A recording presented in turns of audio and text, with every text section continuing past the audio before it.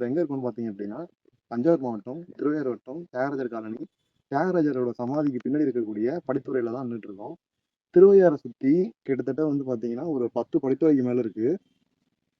ஏற்கனவே வந்து கல்யாணி மகால பத்தி நம்மளோட யூடியூப்ல வந்து நான் வீடியோ போட்டிருக்கேன்.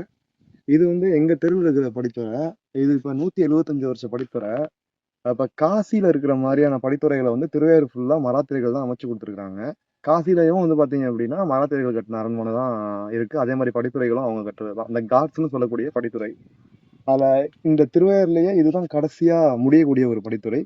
இதை கட்டினது யாருன்னு பாத்தீங்க அப்படின்னா தஞ்சாவூர் ஆட்சி பண்ண கடைசி மன்னரான சிவாஜி டூ. அது மராத்திய சத்ரபதி சிவாஜி கிடையாது, தஞ்சாவூரோட சிவாஜி. கடைசி மன்னர் இரண்டாம் சரபோஜியோட பையன். அவர்கிட்ட அமைச்சரா இருந்த அவரோட குருநாதரா இருந்த ஆஹ் பாவசாமி அப்படிங்கிற சேது பாவசாமி அப்படிங்கிற ஒருத்தவர் தான் வந்து இந்த படித்துறையை கட்டியிருக்கிறாரு. அது யாருக்காக கட்டினான்னு பாத்தீங்க அப்படின்னா அவரோட பொண்ணுக்காக கட்டினாரு. அவரோட தெரு பாத்தீங்க அப்படின்னா தியாகராஜர் காலனிக்கு அந்த பக்கம் இருக்கு. அதோட பேர் வந்து பாவசாமி அக்ரஹாரம்னு இன்னைக்கு வச்சிருக்காங்க. அதுல வந்து அவரோட அரண்மனை இருந்திருக்கு. அவர் அரசரால மதிக்கப்பட்ட ஒரு மிகப்பெரிய ஆளா இருந்திருக்கிறாரு மராத்தியர் காலத்துல.